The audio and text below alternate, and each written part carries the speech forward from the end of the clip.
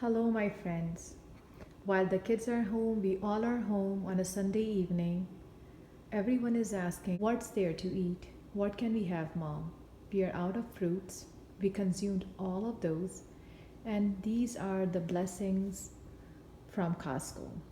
My favorite language mango nectar, tortilla strips, organic Jack's Cantina salsa, and our house favorite, spinach, artichoke, and parmesan dip and spread.